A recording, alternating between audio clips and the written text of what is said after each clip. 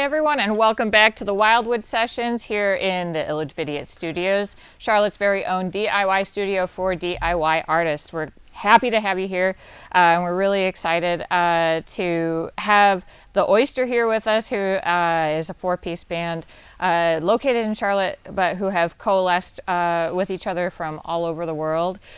Please join me in welcoming the Oyster.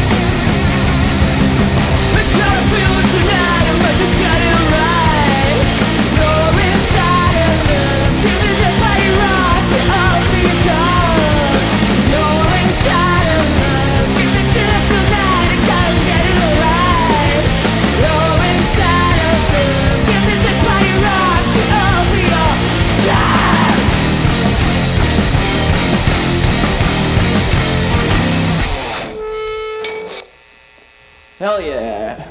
What's up? We're the Oyster. This is Artemii speaking. I'm on the guitars and the lead vocals. We have Jacob over there on the drums and doing vocals as well. We've got Cris on the bass. Yeah. And we've got Alex, who is just swapping guitar right now for the next song. Alright, the next song is called Naughtyfications, like naughty, like horny or something, about writing horny messages to your ex. Who can relate?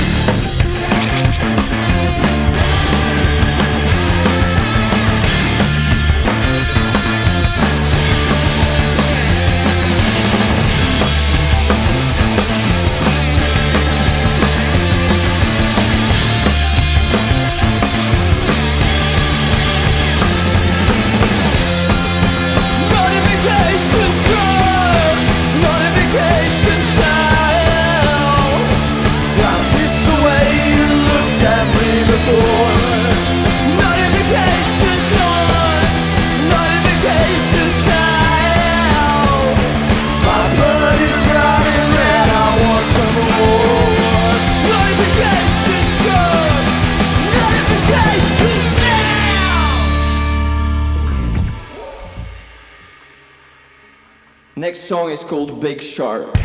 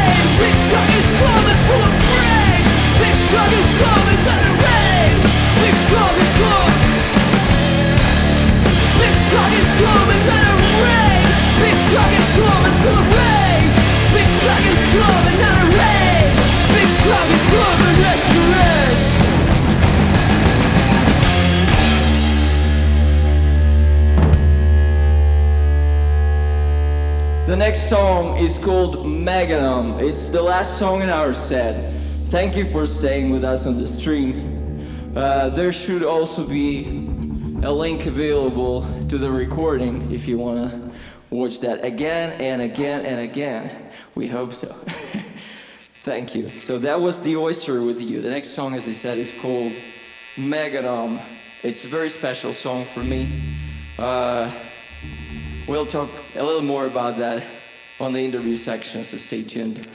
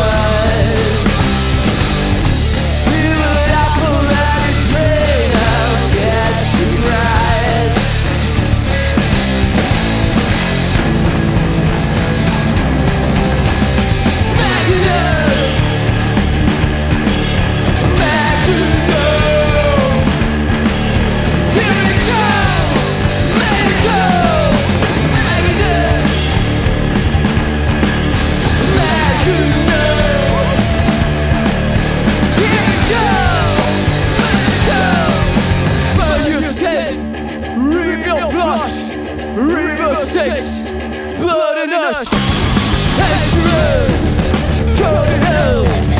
Demons saw the hunter and shell.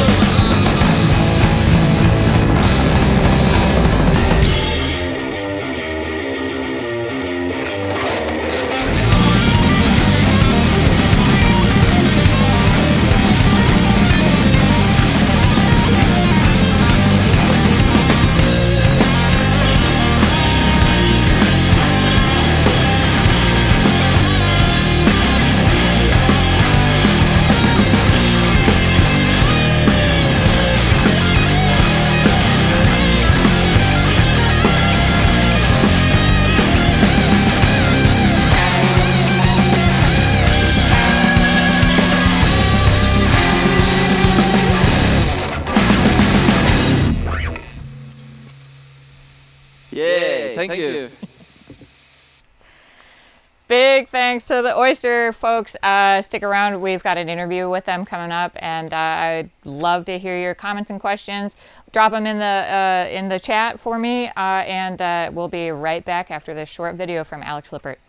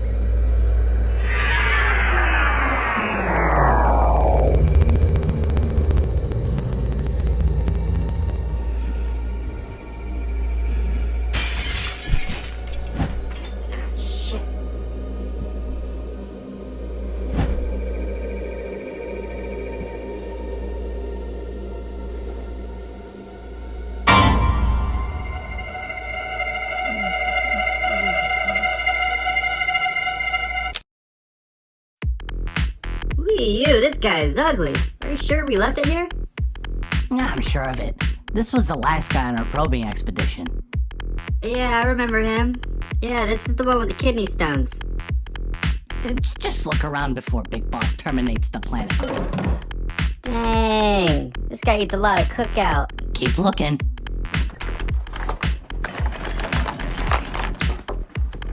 Oh, he's got a lot of human anatomy books. Would you? Whoa, look what I found. Oh, can we take this back with us? What did I say on the ride here? And I let you keep those walruses 3 atomic clocks ago. Hey. Resemble anyone you might know? Put it back. And that's not nice. They're very lovely people. Okay. Oh, is this it? That's it. Okay, I'm gonna zap ugly and get out of here. I wanna throw those walruses on Venus. Nighty night.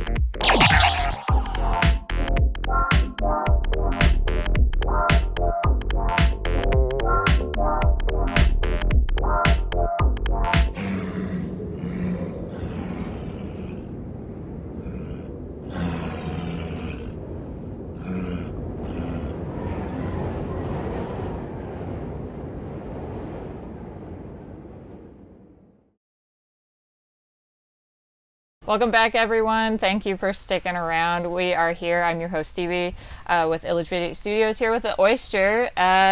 Congratulations. That was fucking rocked. Thank you so much. Thank you so much for having us. Yeah. Thank you for coming out.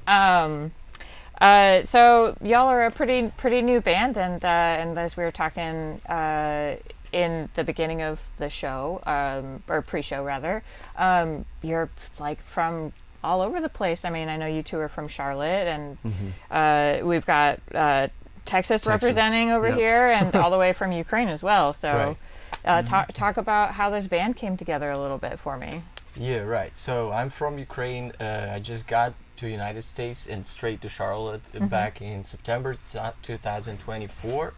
And I used to have a band back in Ukraine. I've had it for like more than 10 years. Then after war started, we couldn't play. So I was like, I wanted to play and perform on the stage always. So as soon as I got here, I was like, okay, I cannot be idle anymore with that. I just need another band probably right now. So I just started looking for musicians. I posted on local Facebook groups. That's how I found Alex first. Then Jacob and Cris I found super randomly by Magic just of buying his Facebook. pedal. Yeah, right. Driving an hour out into the Facebook country to buy a ads. guitar pedal. Yeah. You interacted with his mom apparently first, and then his dad finally to get your hands on that find pedal. me. Yeah. You're a very very tough tough Slid into your man mom's to DMs, I think, right? Yeah, I had to take that path of communication, like to get to Cris finally. very persistent. And we're thankful for it because it brought everyone together. Thank Sure you. thing. Yeah, Artemii totally brought us all together. Yeah. So thank you. Thank you, Absolutely. guys. Yeah, it was super. I was super lucky to find them quickly. Like it took a month after I came to United States to actually have a band. Like, it's super quick. That's I how you know. want it to happen, is like organically rather than forced. It happened kind of naturally. Totally. We jammed that first rehearsal and just clicked. Yeah. I think I felt like, Serendipity. yeah, we Well, all we- like the same music more or less, but also diverse enough. Yeah, it was awesome. We worked on one song, and like I had my personal reference for that song, what it reminds me of a little bit. And Jacob came for the first time to try to play with us, and he named the exactly same one, and I'm like, oh, okay. Perfect. This is the right guy. I remember you came and just like left me with 2 files that were sort of sketches, Yeah. and I was so nervous that I played them like over and over and over again because like I can't mess this up. And this someone's invited me to be in a band. I'm just playing in my bedroom. Speaking of playing, we got some comments from one person in particular who had a pretty big hand in your instrument and how it came to be. Oh. Your dad. Your dad helped you make your bass. He says hello. Hi, Dad. Yeah. You want to talk a little bit about how like that journey and like. Yeah, like he started several years ago. It's called Freestyle Customs. If you're interested, it's on Facebook. He had what I believe a big chunk of Cuban mahogany that he's held for most of his life. Yeah. And had never had anything to do with it, and just decided I want to build guitars one day. He's always played. He played in bands when he was younger, and he got into it. And eventually, I got into playing through him. Got into playing bass, so decided to have him make the first freestyle bass. And what was the wood that he made it Called out of? Monkey Pod. Monkey It's like a pod. weird hardwood that we found that's just super heavy, super dense. Tried to find the densest wood ever. Yeah, and then you put a custom whammy bar on it for you and everything. Yeah, super great. Yeah. So like I said a little bit earlier, we're like from all over. Jacob, you're from Texas. You studied in Florida, Yes, classical music. Yep. Yeah, I did classical percussion in college. So, timpani, cymbals, all the good stuff. Not as much drum set. When I graduated, I was looking to get more into playing drum set and some of the music I listened to, I like the classical stuff, but thought it would be interesting to branch out. And yeah, that's why I feel so fortunate, like with these guys. At Florida, I was in a very vibrant music community, surrounded by musicians, and then you move to like a real city, not really knowing anybody, and it's kind of a crapshoot in a lot of ways, like if you're gonna find that. But thankfully, everybody here is like super experienced. We gel really well, and it's great. Yeah. Just like college. Yeah, just like college. The good old days. Good old days. Shout out FSU percussion. Shout out FSU. Alex, do you want to talk a little bit about how you came to be here and your adventures and studying in Britain and what? For sure, yeah. I mean, well, I think what's coming to mind is just that, when I got out of graduate school, I came to Charlotte, and in 2015, I was like, wow. The venues are shutting down, like it's hard to find people to play with, so I went back to Chicago where I did my undergraduate. And the fact that we were, the story we're telling right now about coming together, Jacob coming in and into town, and like people like Jacob, and like, so when, my wife and I had a daughter 2 years ago, and we moved back, And it's just like the city has changed a lot. I mean, it's grown a lot since 2016, and like, you know, so now there's more musicians here. There's more. The scene is more vibing, I feel like. So Yeah. just kind of you know, fortunate to come back to the city and the state it's in. So hope to keep growing it. Yeah, a constant like note that like musical note that like underlies so much of the experience that I and Levitate have with the bands that come through here, is just how different the scene is, and I think that there's a lot of outside commentary. And you know, commentary from people that have been here for a long time saying like, yeah, it changed a lot and it went away. And can you talk a little bit, open-ended question about what it's been like to come together as a new band and navigate together, trying to find your way into the scene, and what your experience has been like in that regard? I would say, obviously there's the difficulties of like finding your sound and obviously getting your name out there and getting an audience. But in terms of like actually getting to perform and working with other musicians, like everybody we've had the pleasure of playing with has been so kind. You know, I've heard things from other musicians that sometimes local scenes can be hyper competitive, or there's like, you know, that kind of stuff going on. But everybody we've played with has been so kind, hooked us up with like really cool opportunities. We try to do the same. Like, it's really, that part has been amazing. Yeah. For sure. Made it easier. Yeah, absolutely. Yeah.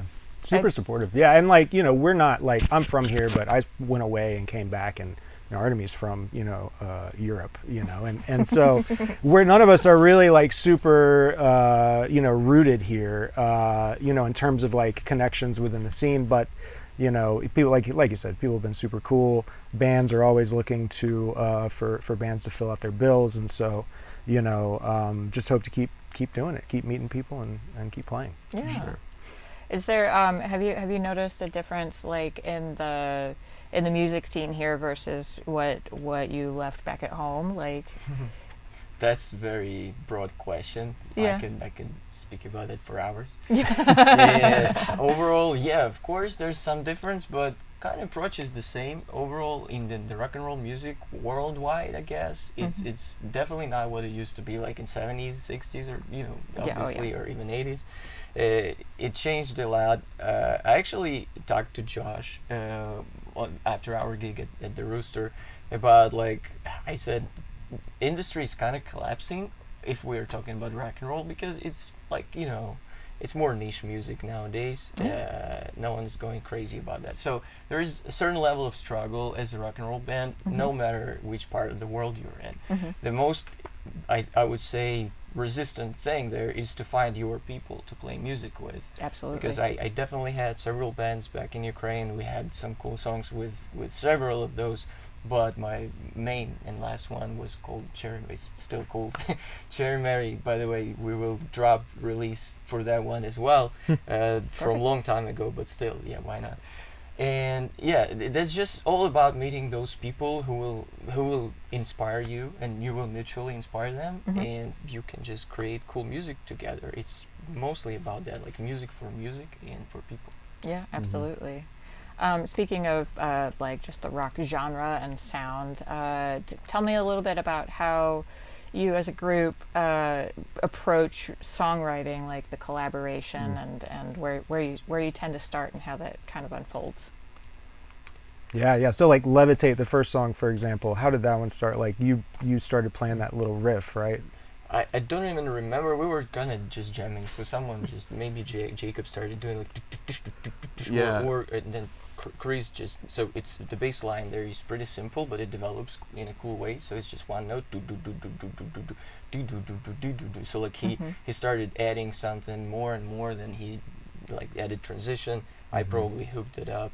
I don't remember who started. It goes around the horn, basically. Like we all put our 2 cents in. I'm pretty sure Levitate just started as like warm up, hit a drum beat, throw a couple of things in, and everyone just kind of happened. That's what's so funny about our rehearsals sometimes. Like, I would say sometimes there's not even a lot of talking, like when we get in there, and then we'll just warm up, and that turns into like a 20-minute jam. Like everyone's plugging their stuff in, and then someone's just noodling, and then they're like, oh yeah. Yeah, endlessly. And then, I mean, there will be like one riff in there, and we're like, oh, that sounds really cool. Yeah. And I think we have a lot of imagination, like, of like, oh, this sounds like this kind of mysterious vibe. Like, let's build on this. And, you know, it's funny. We have a really good, like, nonverbal communication thing going. Speaking of nonverbal, or you were telling me about how sometimes when you find a melody or the musical part of the song, the instrumental part of the song, and you want to get that out there in front of your audience, sometimes you just make words up to get it out there. Right, that's my old good technique called Martian language. Martian language, which sounds exactly like English, except it doesn't have real English words in it, or maybe it does have, but those that don't really make sense. It's like what English sounds like to a non-English speaker. Exactly, yeah, kind of. There was, by the way, a super cool experiment by Adriano Celentano. I don't know if you guys know. In Italy, right? Yes, in Italy. Back in 70s, I guess, he released a song that would exactly like the same way. It was a hit song, would sound like English without real words there. And it was a major hit. Like he just wanted to prove that no matter what you sing in kind of English way, it's gonna be a hit song back in the days. And he was right. Well, actually, the song is cool by itself, but yeah. I've heard it. You should check it out if you haven't online. It's worth the watch and listen. I think it's called Prezi Coordinate Chuzol, something like that. Yeah. So figure out how to spell that. Yeah. Just ask Siri or Google or whoever. I won't spell it. Well, you guys were amazing. It was a real pleasure and really fun listening to you. You have such great energy in all of your songs and music. And as I said, I can't wait to see you live. There's going to be a few opportunities to do that here coming up soon. You said March 12th at Snug.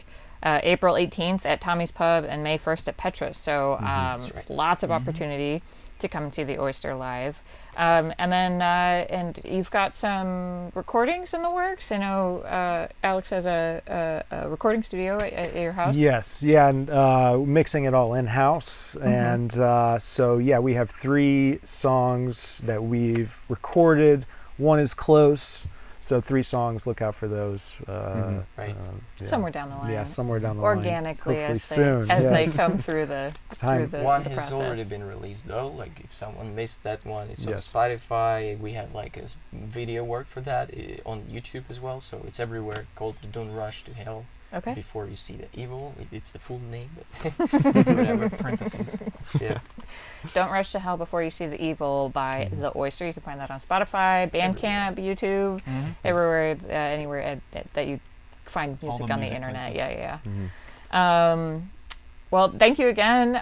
We really appreciate you coming out and so rocking with us. Awesome. Yeah. Thank you, Stevie. Absolutely. It was a pleasure. Thank you. If you liked what you heard, again, you can find The Oyster on Spotify, Bandcamp, and other streaming services. And if you liked what you saw and you want to get involved with Illegvidiate, either in front of the camera or behind the scenes, we'd love to have you. We'd love to hear from you. Please reach out to us at our Instagram, which is at @Illeg_Vidiate. And I'd just like to give a big thanks to everyone that helped out today behind the scenes. We had Noah and Angie running camera. We had Josh and Christina in the control room. And we have tons of little helpers and gnomes and fairies helping us along the way. So thank you to all of you. I'm your host, Stevie. It was a pleasure having you. Please join us next Sunday at 7:30 sharp for our next Wildwood sessions. Have a good night. Hell yeah. Have a good night. Than't you. Oh, cool. We had Great job, everyone. Oh, that was so fun. Good. Thank you. Did we do good?